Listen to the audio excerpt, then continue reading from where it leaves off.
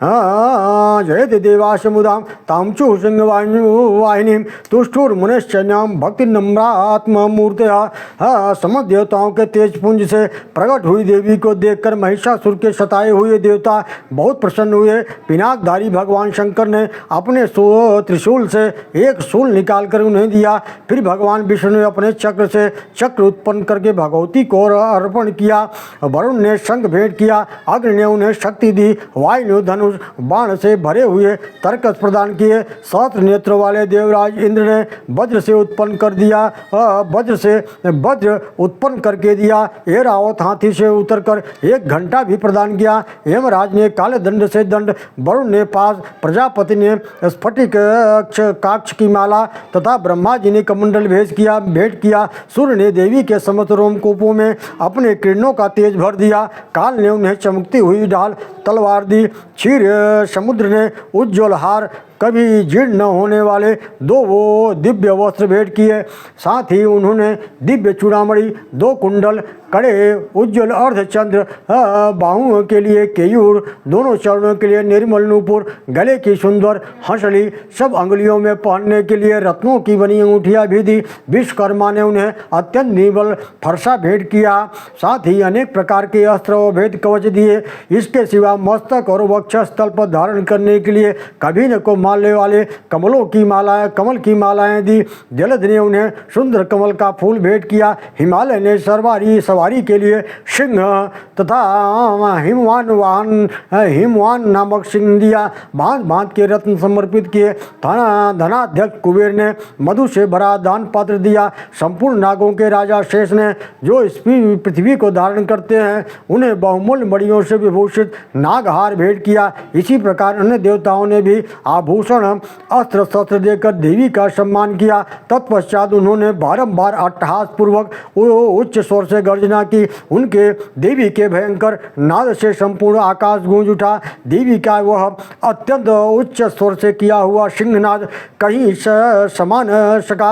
आकाश उसके सामने लघु प्रतीत होने लगा। उससे बड़े जोर की प्रतिध्वनि हुई, जिससे संपूर्ण विश्व में कोलाहल मच गया। समुद्र कांप उठे, पृथ्वी डोलने लगी, समस्त पर्वत हिलने लगे। उस समय देवताओं ने अत्यंत प्रसन्नता के साथ सिंहवाणी भवानी से कहा, हे देवी, तुम्हारी जय हो। साथ ही महर्षियों ने भक्ति भाव से विनम्र होकर के उनका स्तमन किया। दृष्टा समस्त संक्षुब्ध त्रैलोक्यम अमरारेह सन्याधिक सनिया से समस्तुरुदायुधा आकिमेदिति क्रोधादाभ्यास महिषासुरा अभ्यदावत भय तम शब्द महसे सरहिता सदर्श तो देवी व्याप्त लोकंत्रयंतुषा पादाक्रांत नत भुवम क्रीटुल कितांबरम शोभिता शेष पातलम धनुर्जाने सुनिताम दिशो भुज सहस्रेण समन्तां व्याप संस्तां ततः प्रवृत्ति युद्धम तमा दिव्य सुरदिशां सहस्रार्थ बहुधा मुक्तरादित्य दिगंतरम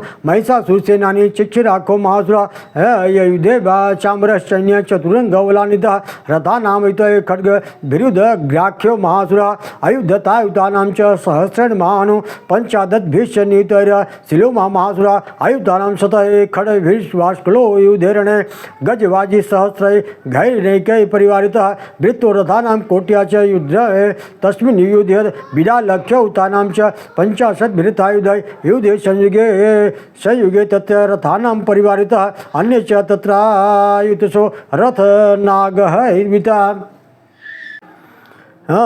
युद्धे संयुगे दिव्या स तत्र महासुरा कोटिको सहस्रेषु रथानां दन्दिनां तथा हयानां च वृत्ते युद्धे तत्राद्भुन्महिषासुरा तोमरैर्भिन्दपालस्य शक्तिर्भिभूषले सदा युद्धे संयुगे दिव्या खड्गे परस्पट्टिशै केचित् चिच्वी शक्ति केचित् पाशा तथा परे देवी खड्ग प्रहारयितु तेता हन्तुं प्रचक्रमु सा देवी ततस्तानि सहस्तास्तानि चण्डिका लील्येव प्रचिच्छेद निज सहस्रासवर्षु वर्षिणी अनायास्तान्ना देवी स्तोय मानासुरसुभि मोचासुर देहेषु सहस्तास्तानि चेश्वरी संपूर्ण त्रिलोकों की को क्षोभग्रस्त देख दैत्यगण अपनी सेना का कवच आदि सुसज्जित होकर हाथों में हथियार ले सहसा उठ खड़े हुए। उस समय महिषासुर ने बड़े क्रोध में आकर कहा, यह क्या हो रहा है। फिर वह संपूर्ण असुरों से गिरकर उस सिंहनाद की ओर लक्ष्य करके दौड़ा। आगे पहुंचकर उसने देवी को देखा जो अपने प्रभा से तीनों लोक में प्रकाशित हो रही थी। उनके चरणों में के भार से पृथ्वी देवी जा रही थी। माथे के मुकुट से आकाश में रेखा सी खींच रही थी तथा वे अपने धनुष की टंकार से सातों पातालों को शुद्ध किए देती थी। देवी अपनी हजारों भुजाओं से संपूर्ण दिशाओं को आच्छादित करके खड़ी थी। उनके साथ दैत्यों का युद्ध छिड़ गया। नाना प्रकार के अस्त्र शस्त्रों के प्रहार से संपूर्ण दिशाएं उद्भाषित होने लगी।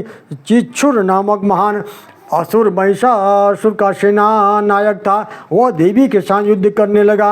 अन्य दैत्यों की चतुरंगड़ी सेना के साथ लेकर चामर भी लड़ने लगा। 60,000 रथियों के साथ उदग्र नामक महादैत्य लोहा लिया। 1 करोड़ रथियों के साथ महाहनु नामक दैत्य युद्ध करने लगा जिसके रोए तलवार के समान तीखे थे। वह अशिलोमा नामक महादैत्य 5 करोड़ रथी सैनिकों से युद्ध में आ डटा। 60 लाख रथियों से घिरा हुआ बाष्कल नामक दैत्य भी उस युद्ध में लड़ने लगा। परिवारित नामक राक्षस हाथी सवार घुड़सवारों से अनेक दलों के साथ 1 करोड़ रथियों का सेना लेकर युद्ध करने लगा। बिडाल नामक दैत्य 5 अरब रथियों के से घिरकर लोहा लेने लगा। इसके अतिरिक्त और भी हजारों महादैत्य रथ हाथी घोड़े सेना लेकर के वहाँ देवी के साथ युद्ध करने लगे। स्वयं महिषासुर उस रणभूमि में कोट सहस्त्र रथ हाथी घोड़ों की सेना से घिरा हुआ खड़ा था। वे दैत्य देवी के साथ तोमर विंध्यपाल शक्ति मूसल खड्ग परशु पट्टिस आदि अस्त्र शस्त्रों का प्रहार करते हुए युद्ध कर रहे थे। कुछ दैत्यों ने उन पर शक्ति का प्रहार किया, कुछ लोगों ने पास फेंके तथा कुछ दूसरे दैत्यों ने खड्ग प्रहार करके देवी को मार डालने का उद्योग किया। देवी ने भी क्रोध में भरकर खेल में ही उनके अपने अस्त्र शस्त्र की वर्षा करके दैत्यों के समस्त अस्त्र शस्त्र काट डाले। उनके मुख पर परिश्रम व थकावट रंज मात्र भी नहीं थी। देवता और ऋषि उनकी स्तुति करते थे। वे भगवती परमेश्वरी दैत्यों के शरीरों पर अस्त्र शस्त्रों की वर्षा करती रही।